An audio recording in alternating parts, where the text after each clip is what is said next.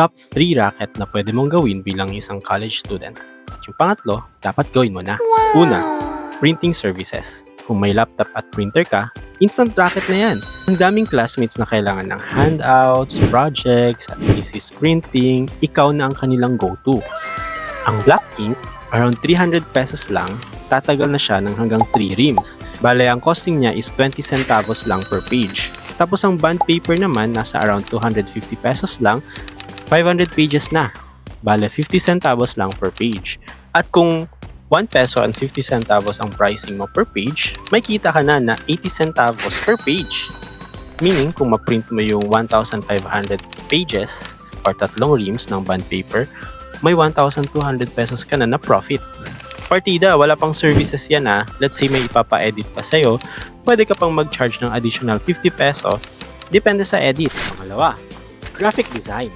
Kung creative ka, pwede kang gumawa ng logos, posters, or social media content. Perfect para sa mga orgs at small businesses na laging naghahanap ng mga designs. Pwede kang mag-charge ng 150 peso para sa mga simpleng edits tulad ng mga simpleng social media ads and up to 1,500 pesos kung medyo complex like brand kits. At pangatlo, tutoring. Pwede kang kumita ng 250 pesos per 3-hour session. Hindi lang yun. Kung makakahanap ka ng grupo, let's say 5 sila, kahit ibaba mo ang rate to 200 peso per 3-hour session, kikita ka pa rin ng 1,000 pesos. Nag-aaral ka na, magkakapera ka pa.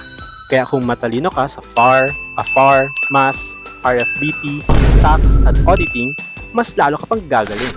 So, alin dito ang uunahin mo? Comment below kung anong racket ang gusto mong simulan.